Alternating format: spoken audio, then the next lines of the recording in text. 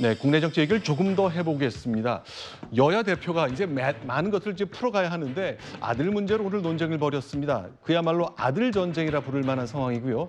이제 내일은 월요일인데 민주당 의총이란 중요한 과정도 있습니다만 국회에서는 윤관석, 이성만 두 의원 돈봉투 관련해서 탈당한 두 전직 민주당 의원들에 대한 체포동의안 표결이 있습니다. 관련된 얘기를 종합적으로 좀 나눠보도록 하겠습니다. 자, 김영락 의원께 좀 질문 드릴게요. 좀 정리를 해주십시오. 오늘 민주당에서 무슨 문제 제기를 한 겁니까? 그러니까 사실은 김남국 의원의 코인 투기 문제와 연계돼 있다고 생각이 드는데요. 네. 오늘 민주당에서 김기현 국민의힘 대표 아들이 코인 관련한 투자를 하는 회사에 임원으로 있다. 그러면서 김기현 대표가 원내대표 시절에 가상자산에 대한 과세를 유예하자는 주장을 한 것이 아들이 그런 코인 관련한 투자사에 근무하는 거와 관련이 있는 거 아니냐, 뭐 그런 일종의 공세를 폈어요. 근데 이와 관련해서 김기현 대표의 해명은 본인이 원내대표로서 가상자산에 대한 과세 유예를 주장한 그 이후에 아들이 취업을 해서 전혀 관련이 없다, 뭐 이런 반론을 폈습니다. 그렇죠. 이제 이런 주장을 내가 했으나 이건 원내대표로서 할 수 있는 얘기였고, 이 말을 한 뒤 5달 지나서 코인 회사에 주식했기 때문에 뭐 이해 충돌이나 그런 요인은 없었다는 얘기를 했습니다. 일단 이제 요 내용도 잠시 좀 다뤄보기로 하고요. 그러면서 이재명 대표의 아들을 갑자기 이제 걸고 넘어졌다고 저는 봅니다. 옛날에 있었던 대선 때 있었던 얘기인데 그 자료도 저희가 준비했는데요. 그 내용 보시면서 좀 설명을 드리겠습니다. 당시 이제 당시 민주당 대선 후보의 아들이 이제 성매매 내지는 인터넷 도박과 관련된 것 때문에 글을 올린 적이 있었는데 그 내용에 대한 얘기를 했었죠. 그러면서 이제 답하라고 했는데 좀 매듭을 짓고 좀 쓰는 우리의 절차나 관행이 좀 있어야 될 것 같네요. 네, 제가 이걸 딱 들었을 때 김기현 대표께서 집권 여당의 대표가 맞나? 저는 이런 생각이 들더라고요. 왜냐하면 저런 거는 사실 당의 부대변인 정도가 나와서 얘기해도 돼요. 근데 그 무게감이라고 하는 게 전혀 느껴지질 않아요. 그리고 개인적 뭐 아들의 문제라 할지라도 그런 부분들은 당 차원에서 정리해서 대변할 사람은 대변하고, 당 대표는 벌써 몇 주 전만 하더라도 이재명 대표한테 밥 먹자고 토론하자고 그렇게까지 지금 만남을 다 요청해 놓은 상태 아닙니까? 그런데 자기가 나와서 본인이 나와서 상대방 아들을 또 공격하면서 이미 다 지나간 일들, 그리고 또 사실 그때 수사가 끝냈음에도 불구하고 처벌이 났죠. 그런데 그 이후에 다시 이것을 가지고 다시 또 검찰이 이거를 또 수사한다는 것 아닙니까? 그러니까 이 상황을 계속 헤집어 가지고 이게 무게감은 전반적으로 다 떨어뜨리고 정치의 질을 굉장히 낮게 만드는 데 기여하고 있는 겁니다. 저런 태도는 저는 올바르지 않다고 생각합니다.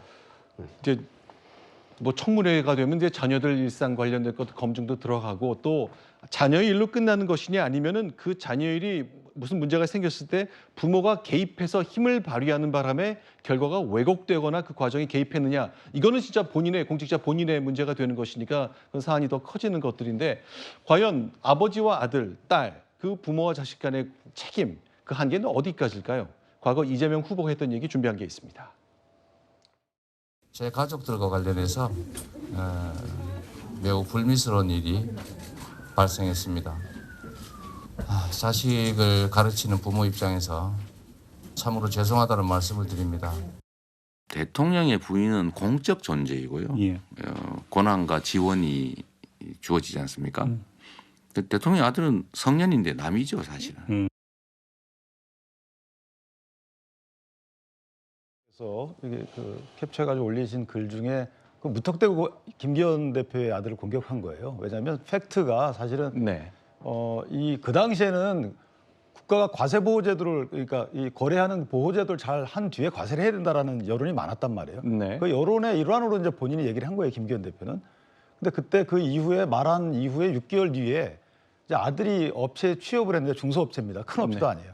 그냥 사원으로 취업한 겁니다. 한 주도 없어요. 그렇기 때문에 이게 무슨 인과관계 내지 뭐 무슨 관계가 있다고 추단할 수 있는 팩트가 하나도 없거든요. 그런데도 불구하고 현재 상황에서 코인에 대한 김남국 의원에 대한 문제가 불거진 상황이기 때문에 그 상황을 이용해서 그냥 갖다 붙인 거란 말이죠. 네. 그렇기 때문에 김기현 대표도 이전 문제를 그냥 갖다 붙인 건데 어쨌든 당 대표끼리 저런 모양새는 좋지 않다. 네. 그리고 문제 제기를 하려면 그냥 하는 것이 아니고 뭔가 단서가 있어야 되는 거 아니겠어요? 그러니까 단서가 있어야 되는 거기 때문에 그 단서의 인과관계를 따져서 국민이 납득할 만한 문제가 있다면 그때 제기하는 게 맞다. 저는 그렇게 생각합니다.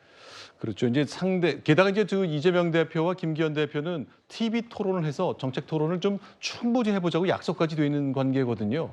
그럼 지금 상황은 어떻게 돼 있는 겁니까? 이 TV 토론 관련해서. 그러니까 요즘 보면 이게 이제 여야 간에 이 적대적인 어떤 감정에 기초한 이런 네. 진영 정치, 진영 대결의 정치 이런 게 강해지다 보니까 너무 금도가 없어요. 네. 근데 과거에는 여야가 싸워도 당 대표끼리 싸우는 경우는 드물었거든요. 왜냐하면 최후의 여지를 남겨놔야 되기 때문에 그렇습니다. 네. 근데 이제는 그런 금도가 없이 당 대표들끼리 서로 비난하고 서로 저렇게 뭐 가족 문제까지 건드리면서 설전을 벌이는 이런 일은 좀처럼 과거에는 보기 드물었던 일인데 네. 저런 일이 계속 벌어지고 있어서 안타깝고요.